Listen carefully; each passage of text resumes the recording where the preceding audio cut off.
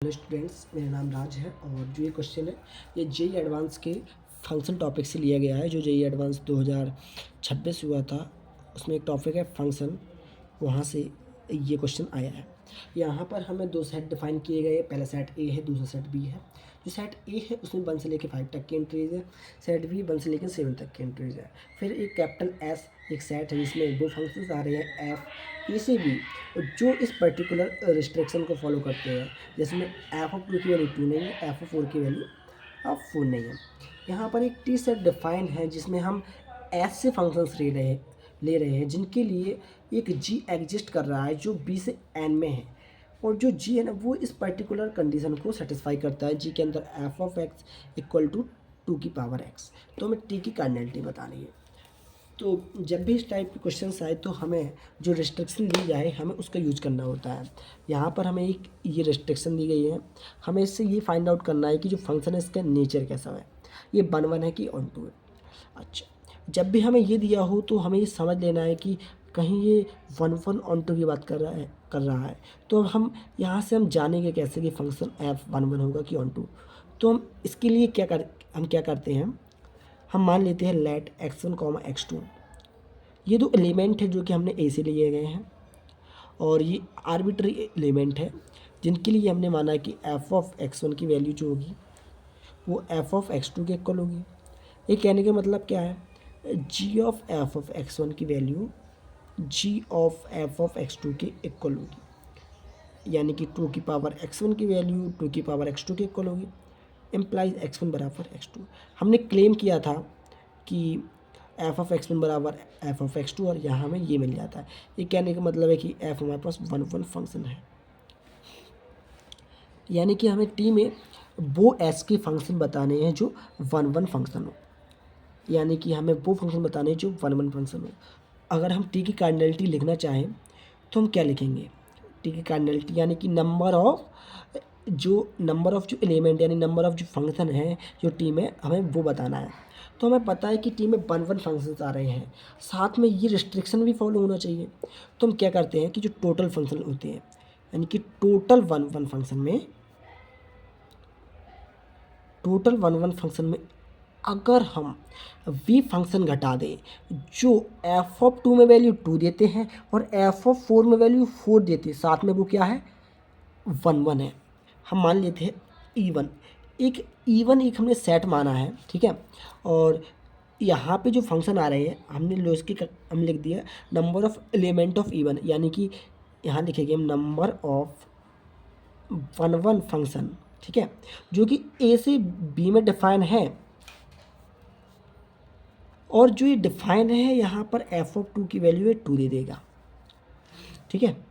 यहाँ पर जो एफ ऑफ 2 की वैल्यू 2 आ रही है और एक दूसरा है E2 जिसकी कार्डिनलिटी E2 है। यहाँ पे वो नंबर ऑफ 1 फंक्शन है ए से बी में जो एफ ऑफ 4 की वैल्यू 4 दे रहा है।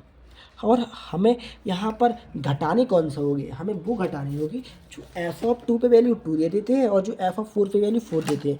यानी कि हमें घटाना क्या है, E1 यूनियन E2 घटाना है, E1 यूनियन E2। और हमें पता है कि ये होता क्या, E1 की कार्डिनलिटी लिख देंगे, E2 की कार्डिनलिटी लिख देंगे और माइनस E1 इंटरसेक्शन E2 की कार्डिनलिटी लिख देंगे।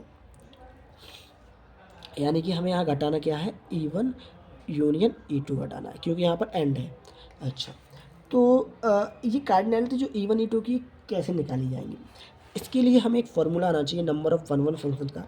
जैसे हम कहें कि एक फंक्शन f है जो ए से बी में डिफाइन है, ए की कार्डिनलिटी m है, ए की कार्डिनलिटी n है।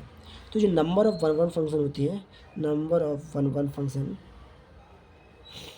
ए से बी में वो होते हैं n p m।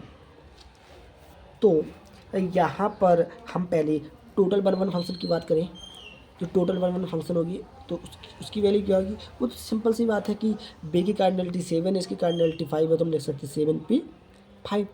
अब यहाँ पर हमें इसको कैलकुलेट करना है।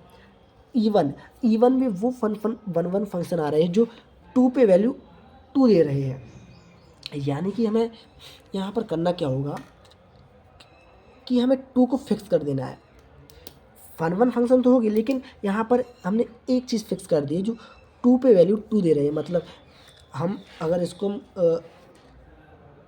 मैपिंग के फॉर्म में दिखाएं तो आपको ये समझ में आएगा। हमने यहाँ ले लिया E1, तो होगा क्या, 1 2 यहाँ 3 है और 4 है, 5 है, 1 2 3 4 5 6 7।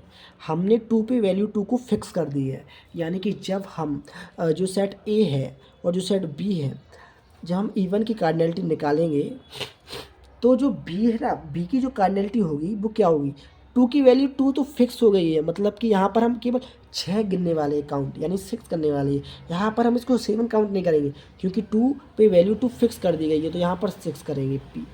अच्छा, यहाँ पर भी टू फिक्स है यानी कि 4। बिल्कुल सेम सिनेरियो, यहाँ पर टू को फिक्स किया गया है और जो E2 वाला है वहाँ पर 4 को फिक्स किया गया है। तो जो E2 की कार्डिनलिटी होगी वो क्या हो जाएगी, 6 पी 4 हो जाएगी।